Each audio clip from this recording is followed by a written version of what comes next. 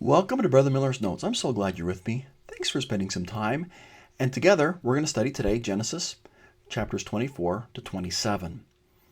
And just so you know, all these quotes I do have on brotherrmiller.org. And so I just appreciate you. If you want one of those, you can go there, copy and paste if that's helpful for you. When I start Genesis 24, all I can think of is Mulan. There's a scene in Mulan that is just amusing to me. Mulan's very, very nervous because Mulan has time to get a match. Now go to see the matchmaker. Maybe it's a little bit like she wants to sing a song. Matchmaker, matchmaker, make me a match. And I just love that scene where things don't go quite very well. And it's kind of like, oh, now you're doomed. No good match. And I try to put myself in Abraham's shoe as he says, okay, it's time for my son to be married. And I'm going to send my eldest servant to go find him a wife. Now, if I'm Isaac, I'd be thinking, oh, I sure hope I was good to dad this last month. Oh, please, eldest trusted servant, find me a good match. I'd be pacing back and forth. I don't know that we really get a sense of this event because today we live in a society where we're dating, we're choosing our own spouse. But that's got to be a lot of pressure on everybody. Maybe not as much Abraham, but boy, that servant for sure. And the anxiety for Isaac as he waits. I think he has one of the more difficult jobs. He just gets to wait. And I picture his whole story, him waiting while this happens. Well, Abraham sends his servant and says, look, I don't want Isaac to marry any girl from around here. It's not that they're not good girls, but he wants someone who can be a part of the covenant, a covenant marriage. For Abraham, marrying in the covenant is essential for the success, the welfare, spiritual welfare of his son. So he starts off down kind of in the Jerusalem area, and he says, okay, head back, and I want you to head back to where my forefathers were. The land says my land of my fathers. And the travel time there is going to be 2 weeks, 3 weeks, 4 weeks, because it's a 1,200-mile round-trip journey. 600 miles. That takes at least 2 weeks, 3 weeks, maybe 4 weeks. And got to put one verse in here because it's pretty important to our storyline. Genesis 24:10. And the servant took 10 camels of the camels of his master and departed. For all the goods of his master were in his hand. And he arose and went to Mesopotamia unto the city of Nahor. And when he gets there, he has that great prayer. And it really is, I got to find the chosen one. So, I know there's going to be a lot of people, girls all around. I know there's a lot to choose from. But he strategically places himself by the well. And he has his camels kneel down. And you picture those 10 camels kneeling. And they're just waiting. If you've been traveling for a long distance, and you're on a camel, both the camel and you are probably pretty thirsty. And you're just saying, okay, let's see. And let's see the girl who comes and is going to be generous and fill my cup and is going to be willing to serve all these camels. So verse 14, and let it come to pass that the damsel to whom I shall say, let down thy pitcher, I pray thee, that I may drink. And she shall say, drink, and I'll give thy camels to drink also. Let that be she that shall be appointed for thy servant Isaac, and thereby I shall know that thou hast shown kindness unto my master. And I think this girl Rebekah is pretty awesome, because not only is she going to give water to the servant, but the 10 thirsty camels. A thirsty camel can drink as many as 30 gallons of water in 13 minutes. 30 gallons per camel, and 10 thirsty camel means that Rebekah would be drawing 300 gallons of water from a well. And I'm just thinking, okay, you're pulling that up the well. That is a lot of work. And Rebekah isn't just, hey, I'm going to draw the water for you, servant, but I'm going to hustle as I do it because I want to. Verse 19, and when she had done giving him drink, she said, I will draw water for thy camels also, 300 gallons, until they have done drinking, not just once, but when they're done. And she hastened I love that about her. I'm serving, but I want to serve, and I'm just going to try and do it to get all these camels all drunk, all watered, and emptied her pitcher into the trough and ran, not just walked, again unto the well to draw water, and drew for all his camels. We don't have a lot of examples of righteous women who are role models, especially for our youth. I love to spend time on Rebekah and just have students, if it's in a class setting, or maybe you can do it in a family setting, hey, let's just look for what the characteristics are of Rebekah. Some of you get verse 16, she's virtuous. She's kind in verse 18. She's thoughtful. She's a hard worker. She's quick to serve. Now later on, she simply is given the choice to go and become the bride to Isaac or not. It's her choice, and she says, I'll go. She has that choice. When she sees Isaac, she gets off the camel. She's respectful. And in my scriptures, I write off these little characteristic words in the sides of my margins because I want to be able, when I see that, to be reminded of what a great role model Rebekah is. You could compare Rebekah to Christ in a way. You get Rebekah as the bride of Isaac, but you also have the bride of Christ. So I'm just going to go through some of these things. It's in a little list or a table here. Rebekah learned from her bridegroom through living a Christ-like life, filled with service and charity. Now comparing that to the bride of Christ. Christ, our bridegroom, has told us, if any man will do his will, we'll know of the doctrine, whether it be of God or whether I speak of myself. Rebekah and we are to fill our lives with service, with charity. We're supposed to be doing what Christ wants us to know, and we will know this is his will. Back to Rebekah. She knew a bit about her bridegroom, Isaac, but had never met him when she committed to marry him. For us, we know only a little bit about Christ when we, as his bride, commit to enter into a covenant relationship with him before we physically see him. Okay, back to Rebekah. A mortal man taught her about awaiting bridegroom. She felt the Spirit and believed. She's willing just to go. Mortal men, like prophets, reveal Christ to us. We feel the Spirit and know that their testimony is true. Back to Rebekah. Before ever meeting her bridegroom, Rebekah was blessed by him. With Christ, before we ever meet Christ, we partake of the blessing he has freely sent us. Rebekah, rather than being forced, Rebekah chose to enter into a covenant relationship with Isaac in advance of meeting him. For us, we must choose ourselves to enter into a covenant relationship with the bridegroom, Christ, in advance of our meeting him. One last thing on Rebekah.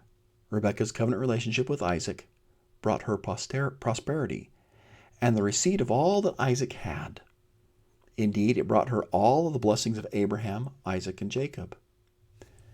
And with us as the bride of Christ, our covenant relationship with Christ, if we are faithful to it, will bring us innumerable posterity and inheritance of all that he possesses.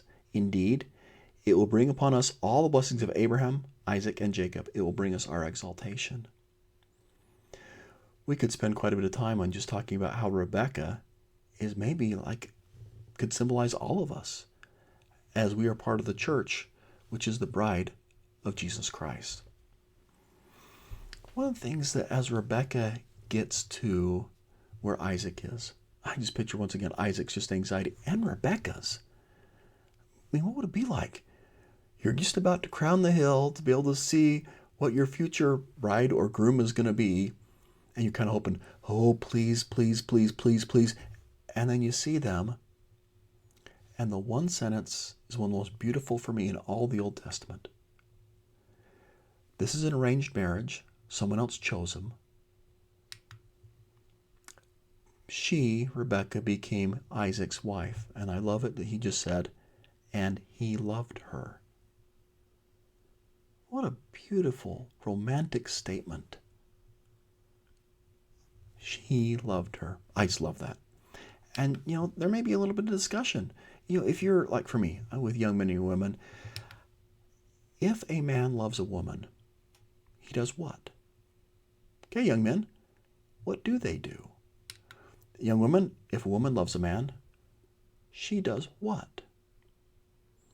And maybe you do have a little bit of, hey, discussion on love languages and what we really do when we truly love someone and when we sacrifice for them and we show respect. And, well, I love the way President Spencer W. Kimball described this kind of relationship. The love for a spouse, well, he said this: the greatest single factor affecting of who you're going to tomorrow, your activity, your attitudes, your eventual destiny, is the one decision you make when you ask that individual to be your companion for life. That's the most important decision of your life.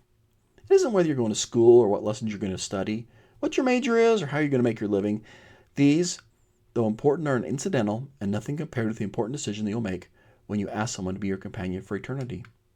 Elder McConkie: the most important single thing that any Latter-day Saint ever does in this world is to marry the right person in the right place by the right authority. Now, just going back to showing love. As President Steph Benson, one good yardstick as to whether a person might be the right one for you is this: in her presence or his presence, do you think your noblest thoughts? Do you aspire to your finest deeds? Do you wish that you were better than you are? Well, what do you do when you're around someone that you love? You want to be a little bit more like Christ. Now, President Hinckley added, there is no substitute for marrying in the temple. It is the only place under the heavens where marriage can be solemnized for eternity. Don't cheat yourself. Don't cheat your companion. Don't shortchange your lives. Marry the right person in the right place at the right time. And I'm also quick, if I'm having this discussion with youth or in a family, and we talk about the future of what they can be. And maybe if I'm teaching gospel doctrine, realizing that we have half of our church, significant portion, maybe in our wards, that are single or divorced. I add, like what President Uchtdorf said, now there are among those you find young members of the church who might never marry, although they are worthy in every way. They may never find someone to whom they will be sealed in the temple of the Lord in this life. I cannot tell you why one individual's prayers are answered one way while someone else's are answered differently. But this I can tell you: the righteous desires of your hearts will be fulfilled. And I believe that. You keep righteous, you stay faithful, God will provide a way. We may not know the details, but God will provide a way. Back to Elder Uchtdorf's quote, the brief span of this life is nothing in comparison with eternity.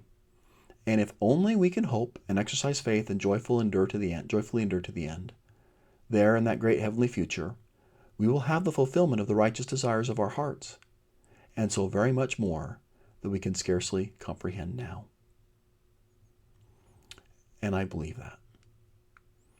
Well, Abraham, his death is recorded, Genesis 25, and Jewish and Islamic traditions are that he's buried in the tomb of the 12 patriarchs in Hebron. And during Saladin's time, a mosque was established built up and over it, and that's where their tombs are supposed to be.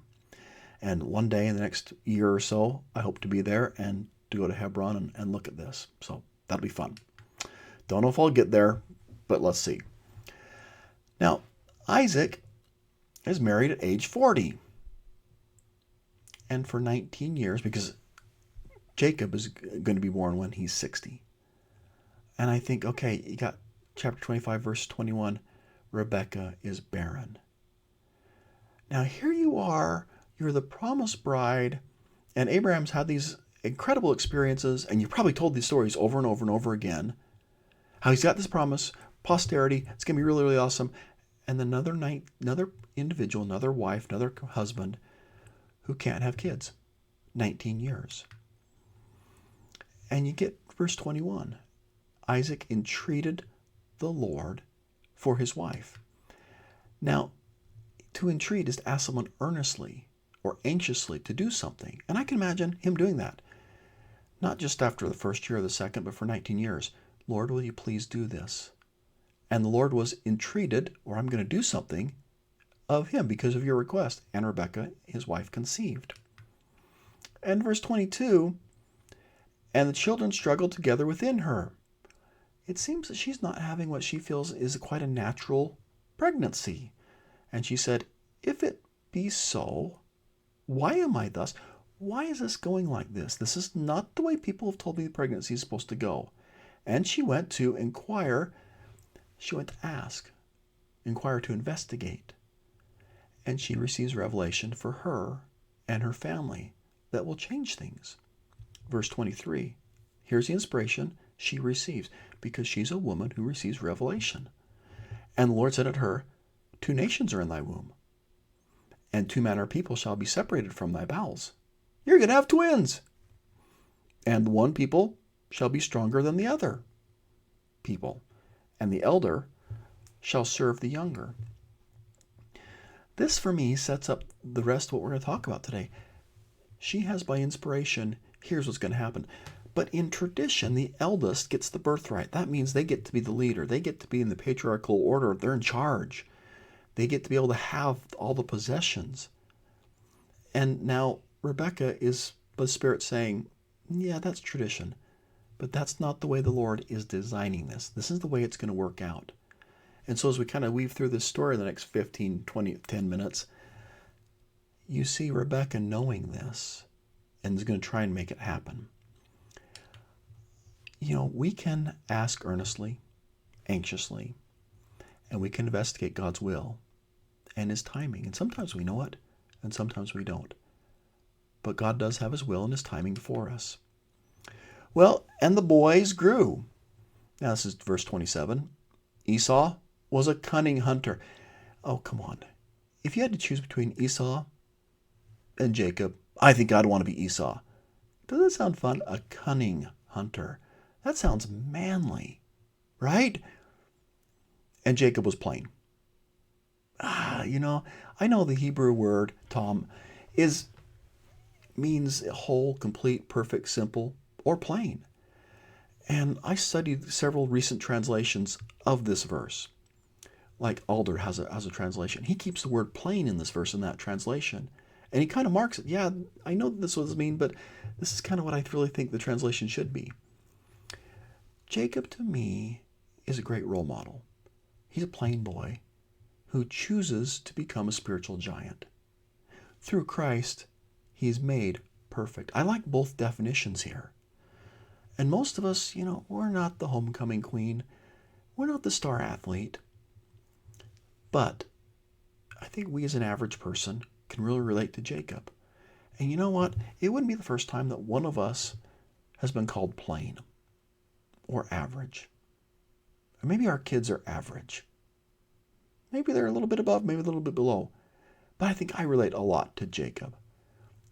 Plain, okay, and dwelling in tents. Well, now, here's just a way to introduce some of these just storylines, because sometimes you can just say, okay, here are the verses, and you write them on the board. Or you say, okay, here's what we're going to be studying. What's this picture telling us? Mark, set, go. Just start skimming through it, and they'll say, hey, look, one of them's hungry, and one of them has made some food. And then it's kind of like, hey, give me some food. And I really, really want it. And then there's this kind of like, do you really want food? And I love this little cartoon I've saved from years ago. My birthright for a mess of porridge? I don't know. Is it too hot? Too cold? Or just right? Well, in the end, the birthright really doesn't mean that much. He's come in from the field, so he hasn't been out that long. Is he hungry? Yeah. Is he probably maybe a little lightheaded? Maybe. Is he going to die? No. And there's part of who's like, why don't they just share? Well, now going back to the story, Dad says, I want to give a blessing. Okay, I'm hungry, Esau. Go get me some food. And Esau goes out, going to go hunt, going to go get it. Meanwhile, Mom is there. Let me help the feelings, spiritual revelation I already had come to pass. I'm going to help you make some good dinner, just like Dad likes. And dresses him up because Esau's hairy. And here's the food. And Dad says, oh, hey, you got to be the right person. Let me give you the blessing. Well, later on, Esau comes in. Hey, Dad, here's the food. Whoops. Well, one wonders, okay, what does this all mean to Moses? And I can just picture it stopping at this point and like going, why is Moses is writing all this? What does it mean to him? And what is all this humanity and these choices and seeming deception? And I mean, quite frankly, I can see Esau's point. That's my blessing. I'm supposed to have it. A lot of people who commentate on this, especially early church fathers, they're very consistent how they interpret this story. For them, Rebekah is told by the Lord, 2 nations are in their womb, 2 manner of people shall be separated from thy bowels, 1 people shall be stronger than the other people, and the elder shall serve the younger. Throughout history, they see that as the key. Esau represents ancient Israel, the law of Moses, and Judaism. Jacob represents the new covenant that Christ would give later to Christianity.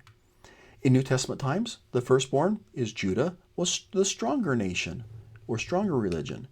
The secondborn, Christianity, was the weaker nation or weaker religion. However, just as Jacob supplanted and replaced Esau as the possessor of the birthright or the chosen status, Christianity replaced Judaism. Esau lost his birthright or chosen status because he loved the things of this world more than he loved his right to pursue spiritual blessings. Similarly, it suggests that ancient Israel lost their right to the birthright or chosen status because they loved the things of this world more than their right to spiritual blessings through the Messiah, Jesus Christ. Jacob came to Isaac in a form that was unrecognizable, just as Christ came to the Jews in the form that was unrecognizable to them. Jacob came in the skins of goat, and Christ came as the scapegoat. Jacob made an offering to Esau of red pottage, bread and wine, and to his father of savory meat, bread and wine. Christ's offering was the true bread, his flesh, and the wine of his blood. Because of these offerings, Jacob received exaltation over his brother. Christ's offerings have secured for him exaltation over all nations and peoples. The Jews despised the Messiah and the birthright that he offered to them. Esau despised his birthright and willingly gave it up. A couple more. Esau was angry at Jacob and sought to kill him. Similarly, the Jews killed Christ, persecuted the Christians for claiming to be the recipients of the birthright of the covenant Israel. Jacob had to flee into the wilderness in order to preserve himself. In the book of Revelation, John depicts the new Christian church as being commanded by God to flee into the wilderness so that it could be preserved even when apostasy came. And my last little note here, in Genesis chapter 33, Esau and Jacob were reunited. Maybe that's a symbol of the reuniting of 2 covenant people when Christ returns. Well, whatever it is,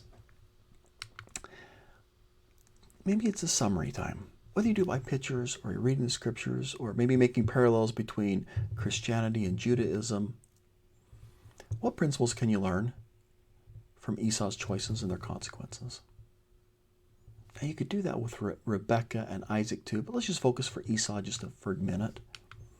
President Oakes made a comment on that. He said, the contrast between the spiritual and the temporal is also illustrated by the twins Esau and Jacob and their different attitudes towards their birthright.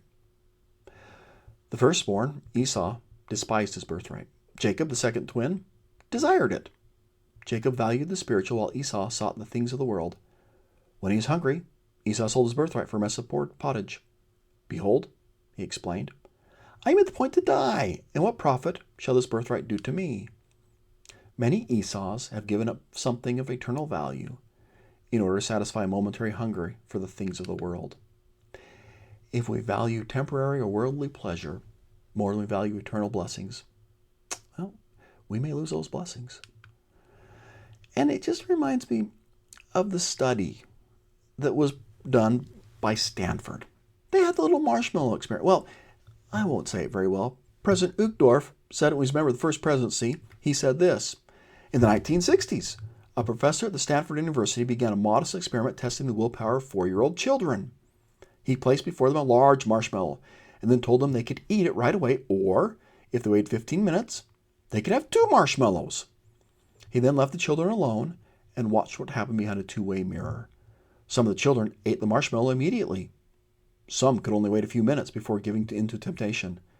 Only 30% were able to wait. It was a mildly interesting experiment, and the professor moved on to other areas of research. For, in his own words, there are only so many things you can do with kids trying not to eat marshmallows. But as time went on, he kept track of the children and began to notice an interesting correlation. The children who could not wait struggled later in life and had more behavioral problems, while those who waited tended to be more positive and better motivated, and have higher grades and incomes, and have healthier relationships. What started as a simple experiment with children and the marshmallows became a landmark study, suggesting that the ability to wait, to be patient, was a key character trait that might predict later successes in life. That for me is a little bit like Esau. He was living for the now, for the moment. And his brother was really looking for the long term, maybe an eternal kind of perspective. There's a quote from William Shakespeare that I've actually had taped into my Bible since I was 17. This is the quote.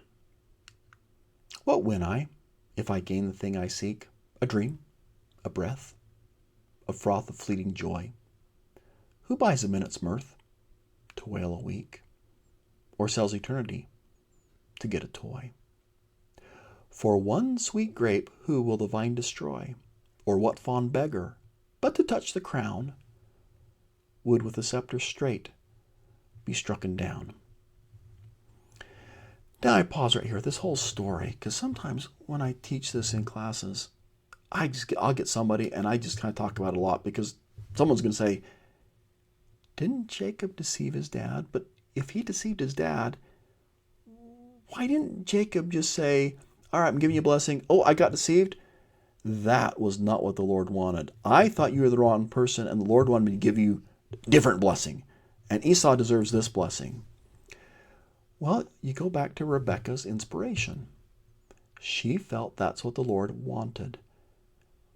And I really do wonder if Jacob would have went in and just been himself, I really think he would have gotten the same blessing. Matter of fact, the scriptures seem to indicate that he would have gotten the same blessing. Because chapter 27, verse 33, this is after Esau is there, and hey, I'm really Esau. And Isaac trembled very exceedingly and said, Who? Where is he that taketh venison and brought it to me? And I have eaten of all before thou camest, and have blessed him. Okay, where's this guy who came in that brought me all the things and had the hair on his arm and kind of, I mean, he sounded like Jacob, but he kind of, I felt like you. And then there's this little confirmation. He shall be blessed. Esau, the Lord said this person's supposed to be blessed. Even though I was deceived a little bit, it's a confirmation. That's the person's going to be blessed, not you. And you get another confirmation, a second one, verse 36. And he said, Is not he rightly named Jacob? For he has supplanted me these 2 times. He took away my birthright, and now, behold, he's taken away my blessing. And he said, Hast thou not received blessing for me? And Isaac answered and said unto Esau, Behold, I have made him thy Lord, and all his brethren have I given to him for servants, and with corn and wine have I sustained him. Hey, here's a second. That blessing I gave to him, that's what the Lord wanted. And that's what Rebekah felt years before. And then, okay, I have a blessing for you too. And here's an inspired blessing for you. And it comes later on. And so I just kind of summarize sometimes with kids, and maybe me too, I think, wouldn't it be nice if everything just went according to plan and there was no mistakes by anybody in the scriptures? But that's not what happens here. The Old Testament, we have real people doing real things, and sometimes things are messy. But I take away from that story, God knows who the blessing is going to go to. You can't fool God. You can maybe fool your dad. Maybe you can fool, I probably can't fool your mom. Mom knows a week before you do something that you're going to do it because she's mom. But you can't fool God. Now, moving on, Genesis 26, just coming back to that because we were in 27. I love the pattern that Isaac has in life. Okay? There is, now, verse 23 of chapter 26. He went up from thence to Beersheba. That means well of the sevenfold oath. And the Lord appeared unto him that same night, and said to him, I am God of Abraham thy father. Fear not, for I am with thee, and will bless thee, and multiply thy seed for thy servant's sake, for thy servant Abraham's sake. I love it. You're going to be blessed, not for you, but because of your dad. I don't know, for your servant Abraham's sake. I do think there's some blessings we get because our parents are righteous. And sometimes because we're not really that worthy of it. But we're coming to these homes, and we're taught the gospel, and we're so blessed because of what they teach us and what they do for us. It's good for us to say thanks. Okay, back to 25. And he did 3 things. He built an altar there at Beersheba and called upon the name of the Lord. 2, pitched his tent there. And there Isaac's servants, 3, dug a well. I love that. There are 3 basic things of life in that verse. First, your relationship with God. Keep that first. Take care of your family. And serve, do things for your fellow men that may even last for generations. God first, family, fellow man. A. Theodore Tuttle said it this way. Elder Tuttle said, quote, Isaac did not become an Abraham or a Jacob. He did not reach the heights of Abraham, called the father of the faithful, nor was he as impressive as his son Israel, father of 12 tribes. Yes, yet Isaac is loved and revered. He worshiped God, cared for his home, and pursued his work. He is remembered simply as a man of peace. The eloquent simplicity of his life and his unique ability to lend importance to the commonplace made him great. Altar, tent, and well. His worship, his home, his work. These basic things of life signified his relationship to God, his family, and his fellow men. Every person on earth is touched by these 3. Same rules to fulfill. How little things have changed since Isaac's day. The things that really matter. There's that same God of Abraham, Isaac, and Jacob. The same family roles to fill. The same need to work. Altar, tent, and well. These things are essential. Placed in proper perspective by God's revealed word, they provide at once our greatest challenge and achievement. I love that the altar's first. I mean, even though he's in the desert, even though they need water, I'm going to build an altar first. Maybe one of the lessons from Isaac is, don't ever let God become an afterthought. Everything else that you have in your life is blessed by God and your relationship with him. You can't forget your family. You pitch your tent. It is an everyday kind of thing to pitch a tent. It's routine. But those routine daily tasks bless your family. And the well. The well is, you could say, if I watch these survival videos, you get the water first. Or shelter first, then water. I forget what the order is. That's why I'm probably not one of these survival people. But it's essential for existence. But it also provides, when the well is dug, for you, your family, and it's leaving a mark for generations to come. And water is a great symbol of a deeper spiritual thirst. And really, Christ compares himself to water, how he is essential. Spiritual wells are dug through daily discipleship. And I think the spiritual wells that we dig through our daily discipleship bless not only those around us, but they really bless our homes and our relationship with God. Now, let me add one last thing. I'm not going to go through the whole thing. I'll put all these notes at brotherrmiller.org. But you can compare Jacob as a type of Christ. And I know we haven't studied all the way through Jacob's life yet, and we do more next week. But you can look and say, hey, Jacob was a lot like Christ. There's a lot of parallels. He's loved of God even before his birth. That's Paul's note. He's seen by others as being a plain man. And, you think of Isaiah 53, he was despised. He wasn't anything to look on. And I add at the end, maybe I should have put it here, but at the end of my list, he became because that word plain in Genesis 25:27 can also be rendered perfect. We become perfect through Christ. Maybe I should put it here, but it's at the end of my list. He is claiming the right of the firstborn. He sought birthright blessing from his father. Jacob, well, his father felt him, found his hands, the marks of the firstborn, just like Christ. So he blessed him. He was promised nations would bow down to him. He had become Lord over the brethren, and his mother's sons would bow to him. He was both prince and servant. As a prince, he had power with God and with men. He blessed the whole house of Israel. And now we start to get into things that we'll cover next week, that he leaves the house of God or Bethel and goes to a land of exile. And the rest of these things I'll probably cover next week and maybe include there. And so here's the rest of that list. If you want to pause right here, you can pause and read through them. Okay, and if you didn't pause, there's kind of the third part of the list. And this comes from Joseph F. McConkie in his wonderful book called Symbolism.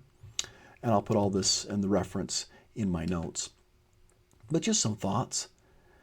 In what may be kind of a messy story, and Old Testament life sometimes get messy. I love that theme. You can plan your day today on the altar, tent, and well. What are you going to do today to put God first? What are you going to do for your family? And what are you going to do for your fellow man, your work? And maybe if we do that in order, God first, family, and work, everything else seems to fall into place. And so maybe a teaching thought is when you teach that, just say, okay, let me just give you a couple minutes. Plan your day, and maybe it's the end of the day. Plan your day tomorrow. God first. When are you going to be reading your scriptures? When are you going to do your Come Follow Me study? And okay, what are you going to do for your family? If it's family meeting, what is the lesson plan? Who's got the lesson? You have it? What are you planning? Make some of your best teaching your teaching in the home. Second kind of teaching thoughts, we do have limited details on so many of the righteous women in Scripture, but we have some on Rebekah. She's an excellent role model for women. Especially with the youth, you may just say, I'm going to forget the rest. I only got a limited time. I'm going to spend almost my entire time on a righteous role model, Rebekah. What does she do? How's she like a bride compared to the bridegroom of Christ and the church? So Rebekah and the church, maybe those parallels, and how she's kind of an example that could bring us closer to Christ. And I do a little bit of romantic, I guess, in me. I love that phrase, and he loved her. And maybe it's just that little reminder, show the people you love today that you love them. And fourth, just kind of a teaching thought. Maybe at the end of each of the lesson or chapter, what principles did we just learn from Rebekah, from Esau, from Isaac? What principles did we learn from their choices and the consequences of their choices? Well, thanks for spending a few minutes with me. I feel like today I just covered a lot of things, but really it comes down to some very simple principles that we can learn that will bless our lives today. Thank you so much. Hope you have a lovely day. Keep smiling.